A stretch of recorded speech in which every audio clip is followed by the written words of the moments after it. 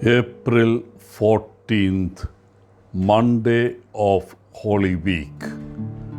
John 12, 1 to 11.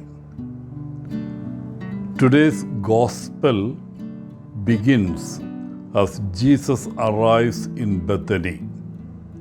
He has come to visit with Lazarus, Martha, and Mary. They had been good friends for years. They gathered around the table to catch up with Jesus.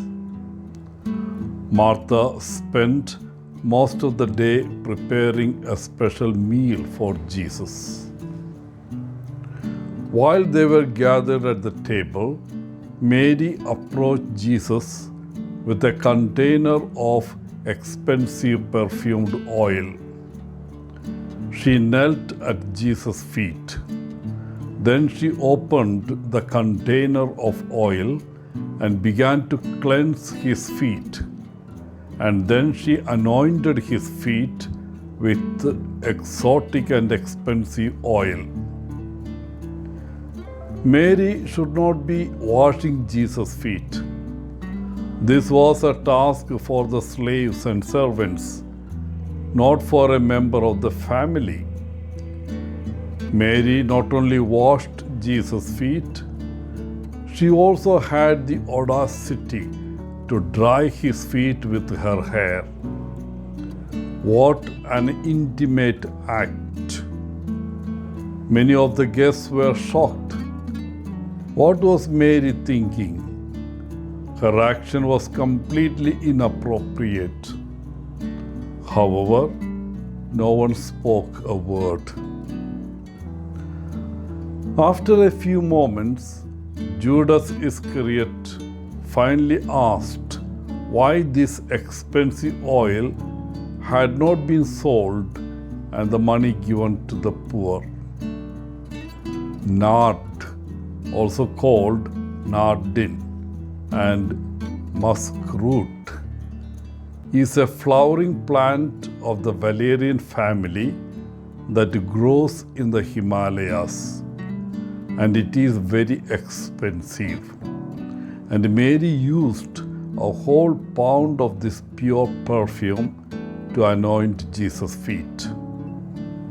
This much nard is worth about 300 denarii, which is equal to about a year's wages. A farm worker at that time received 1 denarius for 12 hours' work. Judas sounded like a champion of the poor. However, he had hoped to sell the oil and then pocket the money himself. Judas was in charge of the money bag. Jesus knows that Judas is upset about the spending of the money. Jesus defends Mary and her compassionate, loving action.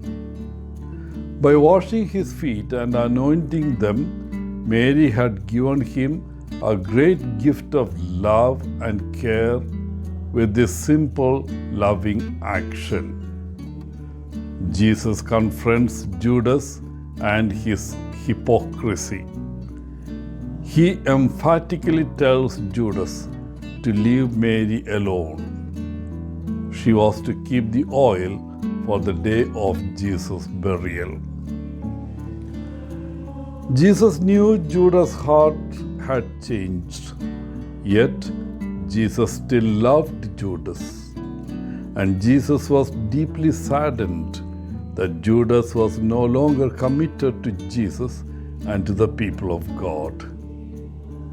Dear friends, do we have a Judas in our lives? Someone who had hurt or betrayed us? Are we open to forgiving the person who hurt or betrayed us? Jesus will grace us with the ability to forgive if we open our hearts to Him. All we have to do is ask. Wishing you a Holy Week. Father Paul, CSSR from Kerala.